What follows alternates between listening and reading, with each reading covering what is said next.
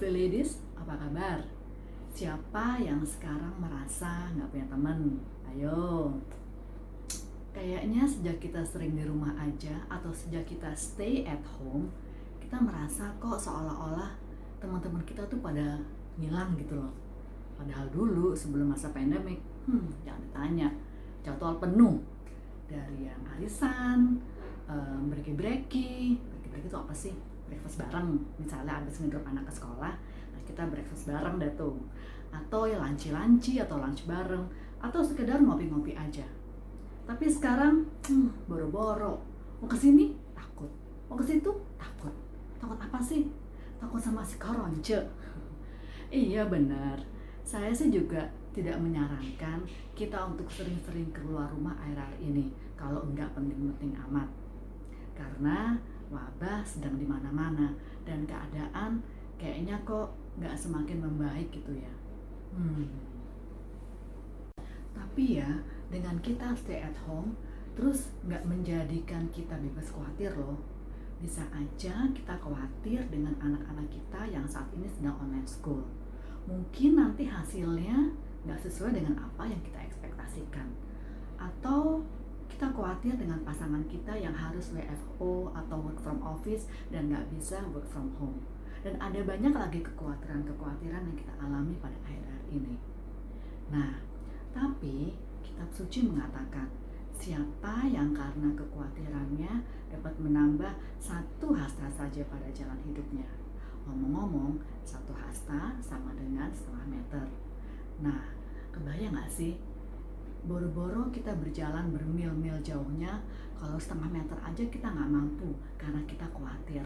Dan ada lagi kitab suci mengatakan bahwa siapa tawar hati pada masa kesesakan, maka kecillah kekuatanmu. Ya, terus kita harus gimana dong? Mau WA temen, takut jadi keriting karena kelamaan ngetik. Terus mau telepon WA, kadang-kadang signalnya suka nggak bagus kan. Terus mau telepon biasa, ya lagi nggak ada pulsa. Aduh, pusing kepala Barbie. Terus harus gimana dong? Saya kasih tahu nih, sebenarnya ada satu pribadi yang mau bersahabat dengan kita loh. Hah? Siapa tuh? Mau tahu? Iya dong mau tahu. Dia adalah the God Almighty. Ah, bercanda kamu. Mana mungkin Tuhan yang jauh di surga mau bersahabat dengan kita yang jauh ada di bumi. Iya, betul. Tuhan mau bersahabat dengan kita. Kitab suci mengatakan Tuhan bergaul karib dengan orang-orang yang takut akan Dia. Ngomong-ngomong, bergaul karib itu apa sih? Bergaul karib, man. Best friend, BFF atau kata zaman sekarang. Bersahabat.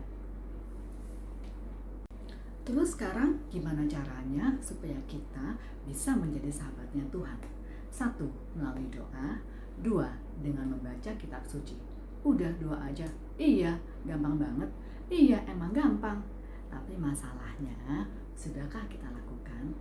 Nah, untuk menjalin hubungan yang akrab dengan Tuhan, kita memang harus memiliki quality time berdua dengan Tuhan, atau disebut dengan saat teduh.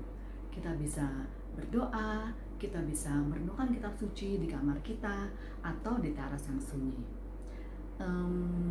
Benar juga sih, tapi kalau misalnya hanya doa dan merenungkan kitab suci, paling-paling 15-20 menit udah selesai.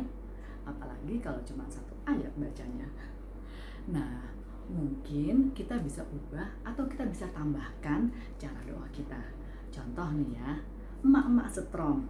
Misalnya sambil mencuci piring, kita bisa bilang, Tuhan, biarlah hidupku boleh bersih dari piring-piring yang aku cuci ini. Atau misalnya sambil mencuci baju, kita bisa bilang, Tuhan, biarlah hidupku boleh sewangi pakaian-pakaian baru kucuci ini. Atau misalnya sambil menyetrika baju, kita bisa bilang, Tuhan, biarlah hidupku boleh serapi dari baju-baju yang baru aku setrika ini. Atau misalnya kita lagi masak dan habis selesai masak kita menikmati makanan yang habis kita masak, kita bisa bilang, Tuhan, terima kasih untuk berkat-Mu, untuk makanan yang nikmat yang boleh aku makan ini. Nah, sebenarnya ada banyak hal-hal yang bisa kita lakukan untuk kita terus berkomunikasi dengan Allah. Entah itu kita lagi beraktivitas, atau kita lagi berdiam diri, atau kita lagi duduk, kita lagi jalan, kita lagi berdiri, entah kita lagi menyetir mobil sekalipun, kita bisa loh berkomunikasi dengan Tuhan. Kita bisa bilang, terima kasih Tuhan untuk berkat-Mu, terima kasih Tuhan untuk perlindungan-Mu.